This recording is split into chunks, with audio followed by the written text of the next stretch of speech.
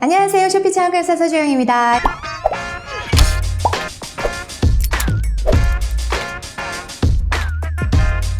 여러분 반갑습니다. 오래간만에 제가 쇼피 강사로 돌아왔죠. 그동안에 계속 아마존 강사였어요. 막 아마존도 막 하고 쇼피도 하고 나 왜 이렇게 능력냐야.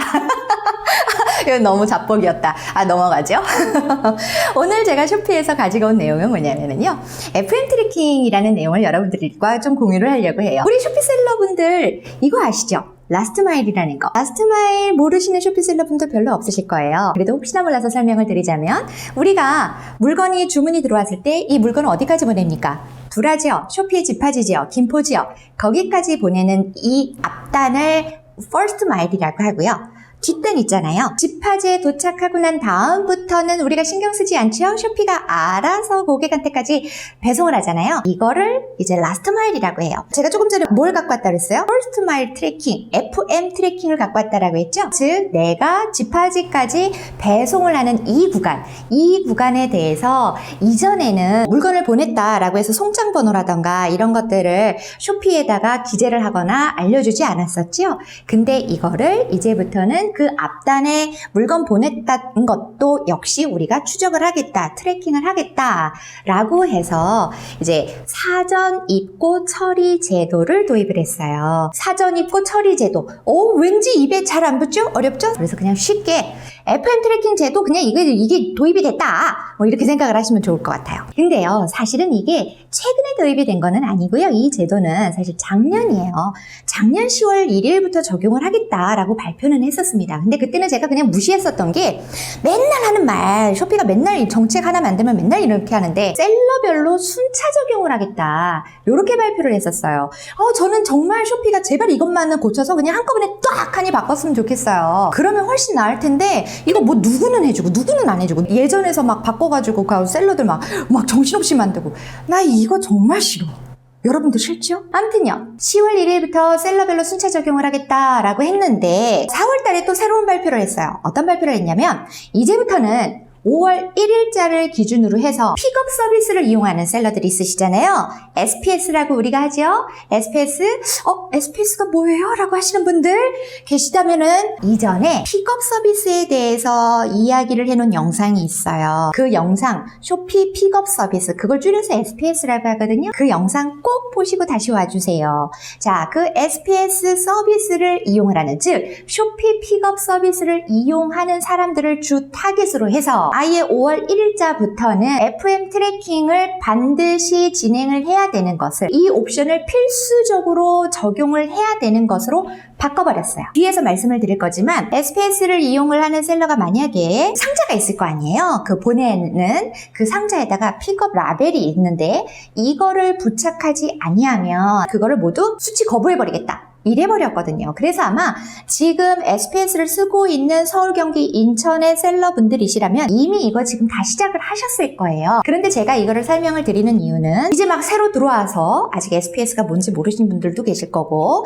또 아직은 SPS를 안 쓰시는 분들도 계실 거고 그리고 조만간 이게 또 지금은 주요 타겟이 SPS 셀러들이지만 그걸 이용을 하는 셀러들이지만 앞으로는 이게 확대 적용이 될 것이 분명하기 때문에 그래서 미리 좀 말씀을 드리도록 하겠습니다. 이렇게 5월 1일자로 픽업 라벨을 미부착한 거는 아예 우리가 수치를 거부해버리겠다 이렇게 발표를 했으니까 그거에 따라서 우리가 기존에 페널티 정책이 있었잖아요. 늦은 배송, LSR이라던가 풀필먼트, 주문 처리를 하지 않았다라고 해가지고 우리가 받았던 NFR이라던가 이런 것들이 있을 거 아니에요. 관련해서 이러한 정책들 그리고 또 만약에 일벌을 이렇게 해버리면은 입고를 언제를 기준으로 해서 투십에서 쉬핑으로 바뀌는지 이런 것들도 다 따라서 연관적으로 같이 바뀌어야 될 거 아닙니까? 이 변경되는 정책에 대해서도 조금 말씀을 드리려고 해요. 자, 먼저 크게 두 가지예요. 입고 처리 시점, 제가 조금 전에 말씀드렸던 입고 처리 시점이 바뀌었어요. 투쉽에서 집화지에 물건이 도착을 해서 그 물류센터에 계시는 분들이 스캔을 떴을 때에야 그 상태가 바뀌었잖아요. 투쉽에서 쉬핑으로, 그죠? 그런데 SPS를 이용을 하시는 분들이시라면 이제는 그게 아니라 SPS 수행하는 수행사가 있잖아요. 그 수행사에서 픽업을 해서 FM 코드를 이제 스캔을 완료를 하면 그러면 바로 투쉽에서 쉬핑으로 바뀐다. 요렇게 바꿔놨어요.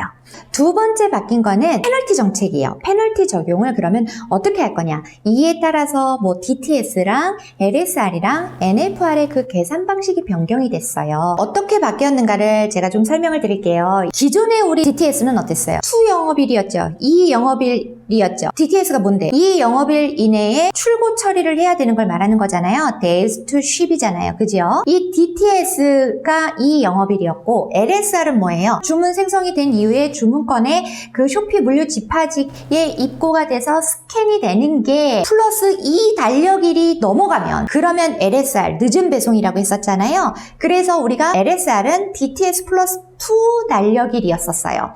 그리고 기존의 NFR은 뭔데요? Non-fulfillment rate예요. 물건을 배송을 하지 않은 비율, 이렇게 이야기를 하는 이 NFR은 두 가지로 나눴었어요. 셀러센터 내에서 주문 처리를 완료하지 않은 것, 첫 번째. 두 번째는 실제 그 물건이 집하지에 들어오지 않은 것, 두 개. 이렇게 했었는데, 첫 번째, 셀러센터 내에서 출고 처리는 DTS 플러스 1 달력일이었어요. LSR은 DTS 플러스 2 달력일이고 DTS도 2 영업일이었는데 NFR은 DTS 플러스 1 달력일이라서 그냥 제가 수업을 할 때나 사람들한테 말을 할 때 LSR을 기준으로 하지 마시고 NFR을 기준으로 해서 그냥 DTS 플러스 1 달력일 이내에 주문 처리를 완료하세요.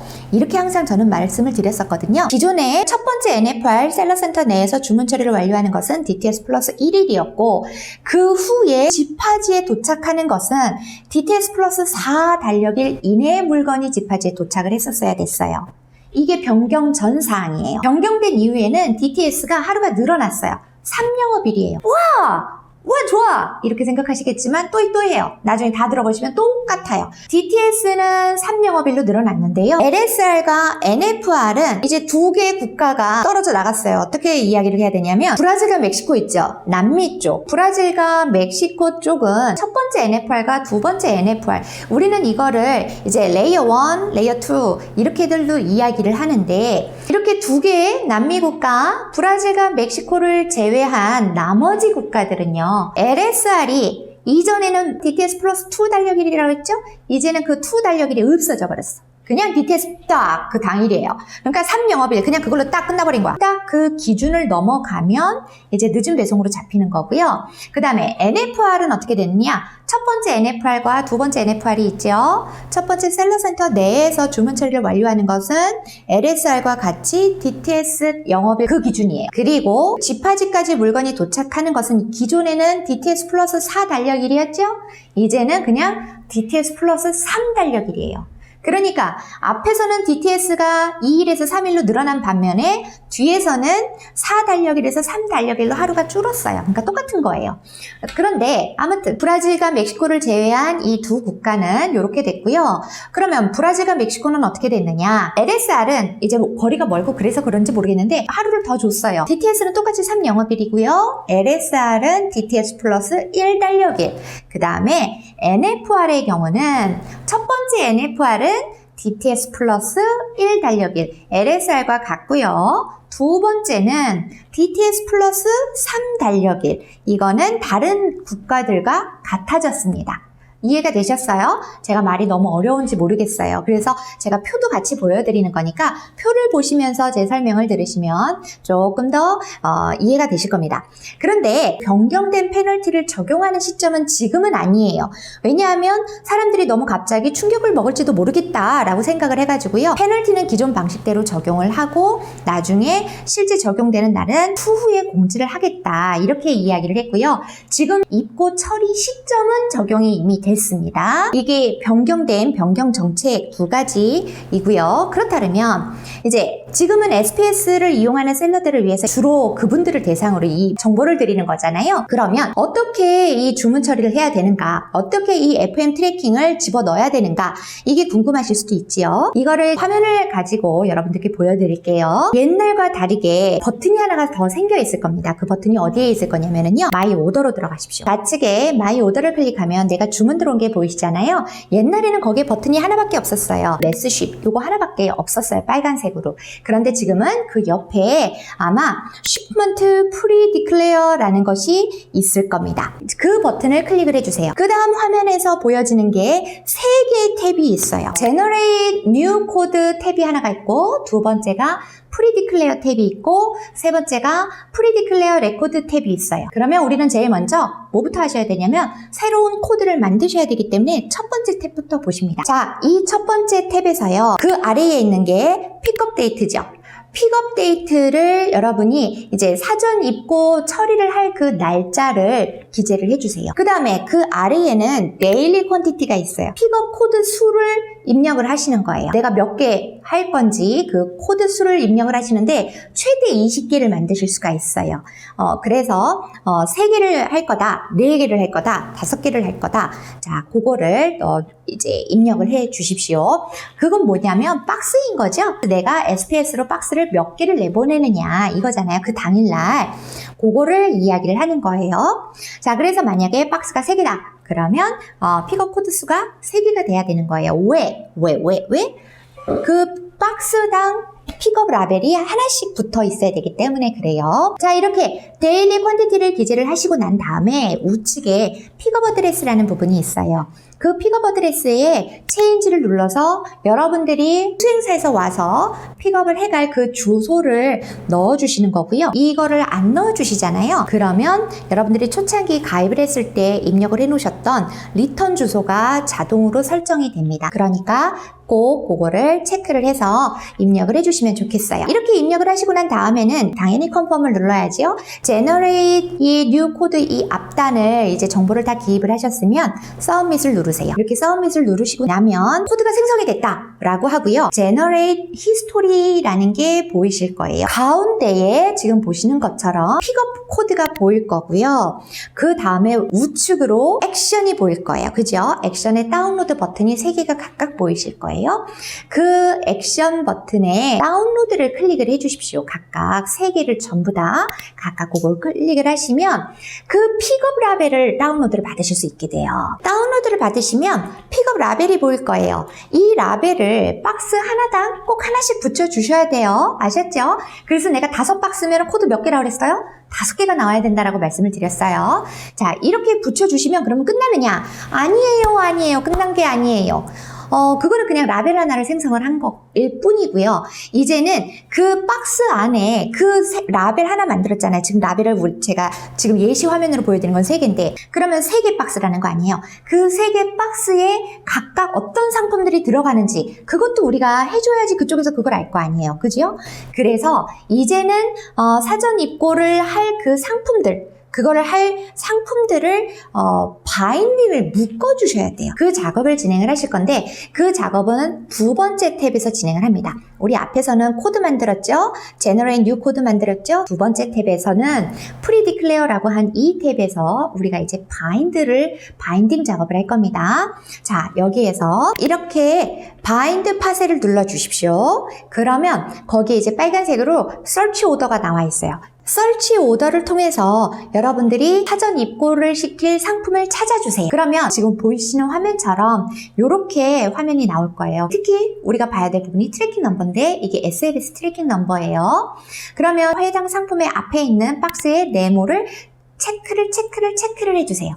그러고 난 다음에 밑에 bind 2 혹은 3 items 이렇게 이 버튼을 클릭을 하시면 새로 팝업 창이 하나가 뜹니다. 그리고 그 팝업 창에는 SLS 그 트래킹 넘버가 보입니다. 그거를 확인을 매칭이 잘 맞았는가 보시고 난 다음에 bind parcel이라고 하는 버튼을 클릭을 해주십시오. 그러면 마지막 단계까지 왔어요. 어떻게 되냐면 그 다음 화면에서요. 픽업인 건지 아니면 내가 직접 배송을 하는 건지 아니면 택배를 이용을 하는 건지 이런 거를 선택을 하게 되어 있거든요. 그 다음 화면에서 거기에서 픽업을 선택을 해주십니다. 그 다음에 First Mile 코드를 입력을 해주세요 라는 화면이 있습니다. 이거 우리가 앞에서 first mile 코드 만들었잖아요. 그 만든 코드를 입력을 하는 겁니다. 여기서 조심하셔야 돼요. 첫 번째 상자에 들어갈 코드, 그 코드 만들었죠? 그 첫 번째 상자에 들어갈 상품들, 이게 다 맞아야 돼요. 그리고 두 번째 상자를 위해서 만든 first mile 코드와 그 두 번째 상자에 들어갈 상품들, 이게 다 매칭이 잘 맞아야 돼요. 그래서 어찌됐건 first mile 코드를 입력을 해주시고요. 그 다음에 캐리어를 선택을 해주셔야 되는데 우리는 SPS를 쓰고 있는 거잖아요. 쇼피 픽업 서비스잖아요. 그래서 캐리어는 쇼피를 선택을 해주시면 됩니다. 그런 후에 컨펌을 눌러주시면 그러면 이제 프로세싱이 이렇게 삑삑삑삑 돌아가요. 그러고 나서는 두 가지 버튼이 나오는데 추가로 또 할 거면 계속 컨티뉴 하겠다라는 걸 누르시고 끝나셨으면 Go to Record로 가시는 거예요.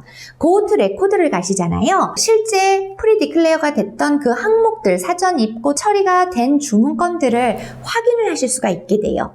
그러고 난 후에 이게 정말 사전 입고 처리가 된 게 주문건의 그 집하지에서 입고가 됐는지의 여부를 보고 싶다라고 하실 때는 여러분들 주문 아이디 있잖아요. 오더 아이디. 그 오더 아이디에 들어가면 SLS 트래킹 넘버 이렇게 나오고 그 다음에 뭐 로지스틱 인포메이션 이렇게 쭈르륵 나와 있지요. 거기에서 Sender has shipped your parcel인가? 그런 항목이 있을 거예요. 그거를 클릭을 하셔서 보시면 Pickup Done 이라는 항목이랑 그 다음에 Sorting Center Received라는 항목이 보이실 거예요.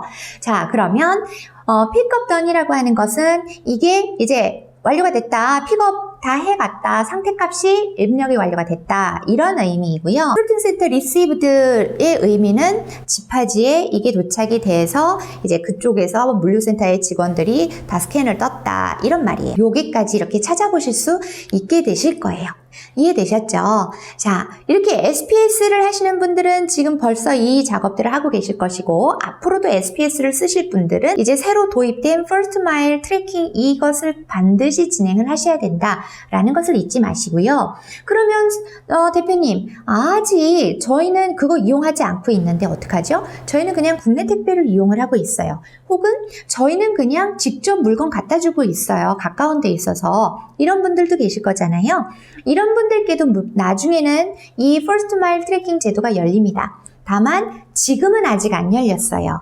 지금은 괜찮습니다. 지금은 그래서 이 First Mile 트래킹 넘버를 기재하지 아니하셔도 되고 아예 Shipment Pre-Declare라고 하는 버튼이 오더 그 화면에 보이지도 않으실 거예요. 나중에는 보이실 거다라고 말씀을 드리고 그 시기는 아직은 저도 모르겠습니다. 다시 공표를 하겠죠. 그럼 그때 다시 또 추가로 말씀을 드리도록 하겠습니다. 자, 여기까지 이렇게 실무에 대해서 말씀을 드리고 앞부분은 정책을 말씀드렸고 뒷부분은 실무였죠. 그리고 이거는 이제 저의 피셜이기는 한데 왜 이 제도를 도입했을까? 라는 거를 생각을 해보면 여러 가지 의도가 있지 않았을까 싶어요. 하나는 셀러에게 조금 더 편의를 주고자 하는 부분이 아닐까. 나는 분명히 보냈는데 그런데 집하지의 중간에 배송 중에 늦어지는 바람에 집하지에 늦게 도착해서 LSR에 걸린다던가 아니면 NFR에 걸리는 그런 경우, 억울한 경우들도 분명히 종종 있었거든요. 이런 것들을 조금 더 커버하기 위한 부분도 있지 않을까라는 생각이고요. 물론 이거는 SPS는 아니고 국내 택배를 이용한 경우에 한해서지요. 지방에 사시는 분들은 분명히 국내 택배를 이용을 해서 집하지에 보냈는데 택배 기간이 오래 걸려서 LSR에 걸리는 그러한 억울한 케이스들이 좀 있으셨거든요. 그러니까 이게 국내 택배를 이용하는 셀러들까지 다 도입이 된다라고 했으니까 아직은 아니지만 그러한 의도가 있지 않을까, 물류적인 조금 더 셀러들의 편의를 주기 위한 부분이 있지 않을까 하는 생각이 들기는 하고요. 그런데 먼저 SPS를 서비스를 이용을 하는 셀러들에게 먼저 이거를 오픈을 한 걸 보면 그동안에 이제 박스가 여러 개인데 많은 박스가 있는데 하나가 없어져도, 왜냐면 그냥 픽업 장소에다가 놓아두는 것 뿐이잖아요. 그럼 그 사람들이 와서 가져가는 거고, 물론 그 시간이 짧지만 놓아두고 가지고 가고 이게 굉장히 짧아서 내가 놓아두고 얼마 안 있으면 와서 가지고 가기는 하지만 그래도 그 잠깐의 사이에라도 물건이 분실이 될 수도 있고요. 혹은 뒤죽박죽 될 수도 있고 이런 부분들도 있기 때문에 조금 더 클리어하게 이것이 누구의 물건이고 어느 정도 물건을 보냈는데 실제 집하지에는 어떻게 됐구나, 이런 것들까지 조금 더 명확하게 체크를 하기 위해서 좀 도입을 한 것은 아닐까 하는 생각을 합니다. 어찌됐건 저는 쇼픽 전면 개정판 책 낸 지 얼마 안 됐는데 또 그것이 완전 옛날 버전이 돼버렸어요. 또 새롭게 내야죠 뭐. 자, 아무튼 이 부분은 저희 넋들이었고요. 오늘 이 시간에 여기까지 해서 마무리하고요. 다음에 또 다른 내용으로 여러분들 찾아뵙도록 하겠습니다. 수고하셨어요. 다음에 봬요. 세 가지도 잊지 마시고요. 안녕히 계세요.